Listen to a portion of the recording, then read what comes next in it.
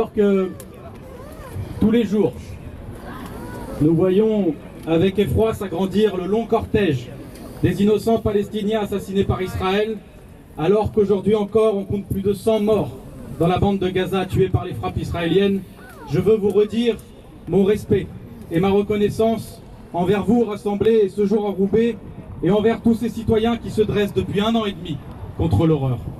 Lorsqu'il a été interrogé mardi soir sur le génocide des Palestiniens, le président de la République Emmanuel Macron s'est défaussé par lâcheté en disant, je le cite, « Ce n'est pas à un responsable politique d'employer ce terme, c'est aux historiens de le faire. » Je tiens à faire remarquer à Monsieur le Président de la République que certains responsables politiques n'ont pas eu cette étrange pudeur pour nommer le carnage, puisque le président du Brésil, Lula da Silva, a eu lui le courage de parler de génocide, tandis que le Premier ministre espagnol, Pedro Sanchez, a récemment déclaré, je le cite, « Nous ne faisons pas de commerce avec un État génocidaire. »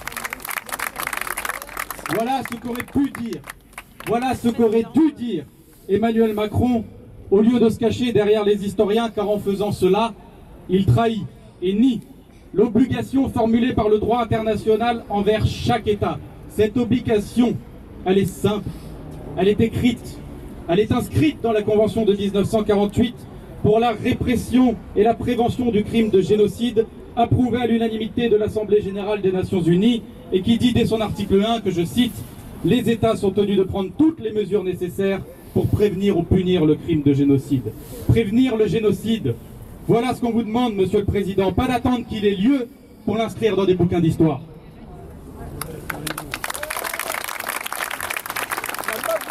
Et puisque Emmanuel Macron attend les discours des historiens, alors je tiens à lui rappeler quelques prises de position d'historiens qu'il aurait pu prendre la peine de lire. Ras Segal, historien israélien, spécialiste reconnu des études sur les génocides, qui dirige le programme d'études sur la Shoah et les génocides à l'université de Stockton aux USA, écrivait le 13 octobre 2023. Je répète, le 13 octobre 2023, un texte sur Gaza appelé, je cite, « Un cas d'école de génocide ». Le 17 avril 2024, il y a plus d'1 an, Amos Goldberg, historien israélien, professeur à l'université de Jérusalem, publie un article intitulé, je cite, « Oui, c'est un génocide ». Le 13 août 2024, Omer Bartov, historien israélien, ancien soldat de l'armée israélienne, qui avait d'abord réfuté l'idée qu'un génocide soit en cours, écrivait, je le cite, « Je suis devenu convaincu que depuis au moins l'attaque de l'armée israélienne contre Rafah le 6 mai 2024, il n'était plus possible de nier le fait qu'Israël s'était engagé dans des crimes de guerre systématiques, des crimes contre l'humanité et des actions génocidaires. » Voilà quelques paroles d'historiens sur lesquelles Emmanuel Macron aurait pu se reposer mardi dernier.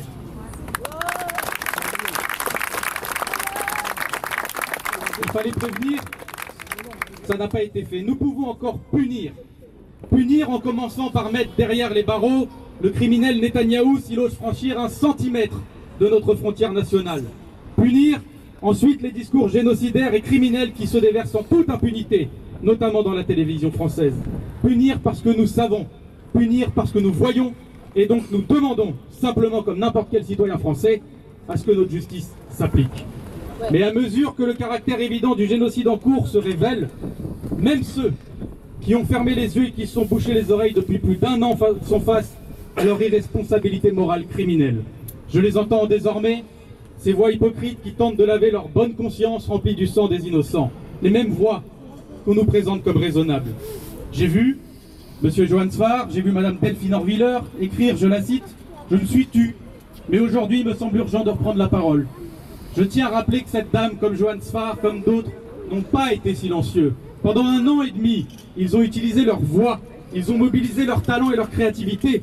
Ils ont dépensé leur énergie à nous faire taire, à nous insulter, à nous traîner dans la boue. Alors oui, aujourd'hui, nous refusons de réhabiliter leurs petites personnes, tout comme nous refusons de réhabiliter la politique ininterrompue de colonisation d'Israël afin de, je cite Mme Orwiller, soutenir ceux qui savent que la démocratie est la seule fidélité au projet sioniste.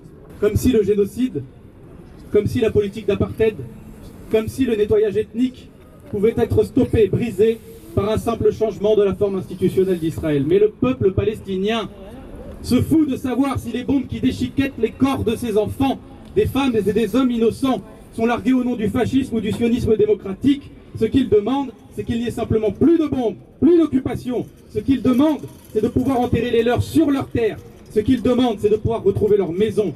Ces maisons qui ont été volées depuis si longtemps ou détruites si récemment. Et dont ils n'ont comme unique souvenir, comme seule promesse, une clé.